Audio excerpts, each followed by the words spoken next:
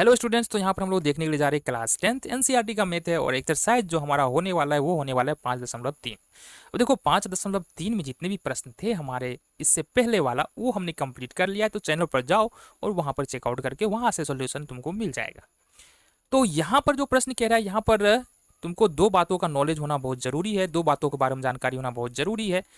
पहला है कि एस एन बराबर ये जो फॉर्मूला है n/2 × 2a + n-1 D, and second one is an बराबर a + n-1 × d। तो ये दोनों फॉर्मूला अगर तुमको अच्छे से आता है तो समझ में तो आएगा, नहीं भी आता है तो भी समझ में आएगा, ऐसा नहीं है भी समझ में आएगा, बस थोड़ा सा प्रयास करना है, थोड़ा सा समझने की कोशिश यहाँ पर करना है। चलो जी, देखो प्रश्न क्या कहा जा रहा है। प्रश्न कहा जा रहा है यहाँ पर कि अपने पास किसी एपी में ए बराबर 5 है, मतलब जो ए होता है वो पहला पद होता है, पहला पद 5 है, डी यानी कि कॉमन डिफरेंस सार्वंतर 3 है और ए एन बराबर 50 है। तो एन और एस एन हमको ज्ञात करना है। जैसे जैसे प्रश्न में हम बढ़ेंगे तुमको सारी बातें समझ में आती चली जाएगी। क्या कह रहा है प्रश्न में, देखो हमको पता है कि किसी भी एपी में यदि हम एनमा पद लिखते हैं तो इस वाले फॉर्मूले का उपयोग करके हम एनमा पद लिख सकते हैं। It means we know that a n बराबर होता है ए + n-1 × d। अब ये होता है एनमा पद।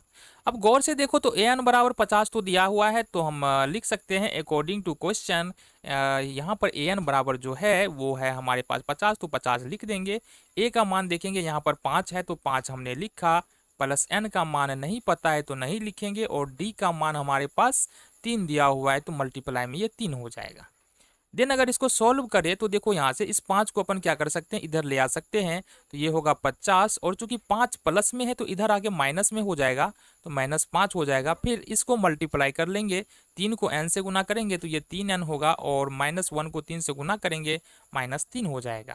लेकिन इसको सॉल्व करते हैं हम लोग, 50 में से 5 अगर घटाते हैं तो ये होता है -45 बराबर में ये होगा 3n-3।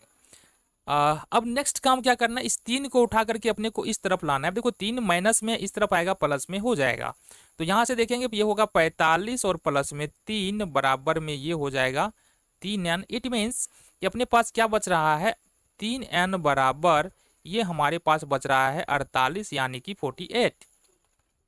तो यहाँ से हम क्या कर सकते हैं, यहाँ से लिख सकते हैं अपन n बराबर 48/3, क्योंकि ये मल्टीप्लीकेशन का साइन होता है दोनों के बीच में। अगर 3 को दूसरी तरफ ले जाएंगे वो डिवीजन में बदल जाएगा, भाग में बदल जाएगा। 16 या 48, तो इसका मतलब ये है कि बाबू यहाँ से n का मान निकला है 16। कितना निकल गया, n का मान 16 निकल गया। ठीक है ना, हमको नेक्स्ट क्या देखना है, नेक्स्ट बोल रहा है अगर n का मान पता चल गया ना तो Sn निकालो। अब Sn का मतलब क्या है कि Sn निकालने के लिए यानी कि हमको निकालना पड़ेगा S16। तो चलो S16 निकालते हैं यहाँ से।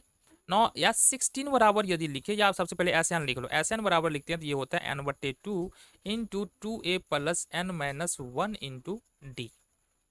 चलो जी, अब अगर हम S16 निकाले तो इसका मतलब है n के जगह पर हमको 16 लिखना पड़ेगा, 16/2 और 2, सबसे पहले 2 लिखना है। ए का मान यहाँ से देख लेंगे, ए का मान कितना है 5 है, तो ए का मान अपने को यहाँ पर 5 रख देना है, प्लस एन का मान तो हमने 16 निकाला है तो 16 और -1 है तो -1। देन हमको डी का मान कितना रखना है, डी का मान देखो यहाँ पर 3 है तो डी का मान 3 यहाँ पर रख देंगे। नाउ अगर इसको सॉल्व करते हैं तो देखो यहाँ से 2 अट्ठे 16, ये 8 हो जाएगा, और ये हो जाएगा 10, प्लस में 16 में से 1 घटा लेंगे तो 15 × 3। देखो गौर से क्या होता है यहाँ पर, 8 10 प्लस 15 तिया 45। नाउ अगर हम 8 यहाँ कर ले, 45 में 10 जोड़ेंगे 55 हो जाएगा। अब इसको अगर मल्टीप्लाई करते हैं तो कितना होगा, 8 पंचे 40 का 0 हासिल 4, 8 पंचे 40 4 44 का 4 हासिल 2। तो जो Sn यानी कि S16 निकल के आ रहा है वो निकल के आ रहा है 240, जबकि n का मान यहाँ से हमारे पास कितना आया था निकल के 16 यानी कि 16। तो ये तुम्हारा पूरा क्वेश्चन था, प्रश्न संख्या 3 का पहला प्रश्न। चलो आगे बढ़ते हैं, देखते हैं क्वेश्चन नंबर 2 को। चलो क्वेश्चन नंबर 2 क्या कह रहा है यहाँ पर देख लेते हैं। यहाँ पर हमको दो चीज पता है, दो बात पता है प्रश्न में, क्या क्या पता है वो तुम देख सकते हो। यहाँ पर क्या पता है, एक तो पहला ए पता है, किसी एपी में ए पता है। दूसरा हमको यहाँ पर A13 पता है। निकालना क्या है, डी निकालना है, देन Sn निकालना है। ठीक है, तो हमको सबसे पहला जो फॉर्मूला लगाना है वो लगाना है हमको an बराबर ए एन बराबर क्या हो जाता है, ए एन बराबर होता है ए प्लस में n minus one into d. ये तुमको पता है ए एन बराबर ये होता है। अब यहां से A13 हमारे पास दिया है, अगर हम A13 लिखे इसका मतलब है कि ये लिखेंगे A प्लस में 13 माइनस वन। अब चूंकि n का मान यहाँ पर कितना हो जाएगा, 13 हो जाएगा क्योंकि 13वां पद लिख रहे हैं, और लिख देंगे D।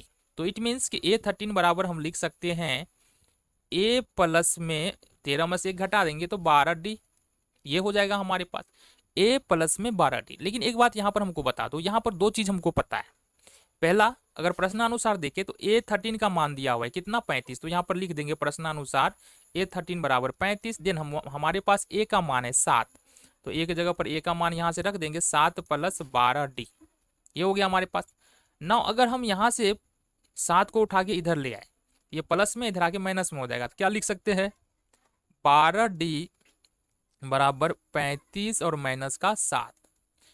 आगे अगर हम सोल्व करते हैं इसको तो 12D बराबर मिल जाएगा, 35 में 7 घटा दो कितना हो जाएगा, 35 में से अगर तुम 7 घटाते हो तो तुम्हारे पास बच जाएगा 28 यानी कि 28। नाउ अगर D की बात करें, D कितना निकलेगा, तो ये निकलेगा 28 बट्टे में 12। लेकिन ये तो और सिंपलेस्ट फॉर्म में जाएगा, 7 चौके 28, 3 चौका 12। इट मीन्स कि D यहाँ पर निकल रहा है 7/3। तो पहली बात जो हमको निकालनी थी D का वैल्यू, तो D का वैल्यू हम लोग निकाल चुके हैं। अब हम निकालेंगे यहाँ पर क्या, SN यानी कि यहाँ पर S13 निकालना है। 13वां पद की बात कर रहा है तो S13 निकालना है, ठीक है। देख लेते हैं। अब SN बराबर हम लोग क्या जानते हैं, ये जानते हुए होता है n/2 into 2A plus n minus 1 into D, ये हो जाता है SN बराबर। नाउ हमको निकालना है S13 ना, तो S13 लिखेंगे, 13 का है तो n की जगह पर हमको 2 आ जाएगा। देन ये हो जाएगा 2 इंटू A का मान दिया है 7 प्लस में 13 का कर रहे हैं तो n बराबर 13 माइनस 1 इंटू D बराबर जो होगा वो होगा 7/3। चलो जी इसको सॉल्व करेंगे हम।